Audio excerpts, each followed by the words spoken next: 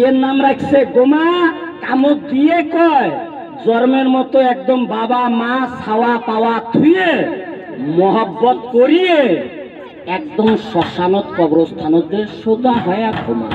কোনো উঠাইদের কারবার করিস না। বিয়ে কেমন করে কামড় দিলে মানুষ মরে, ওই কেসিংকে দেহা খাইবে।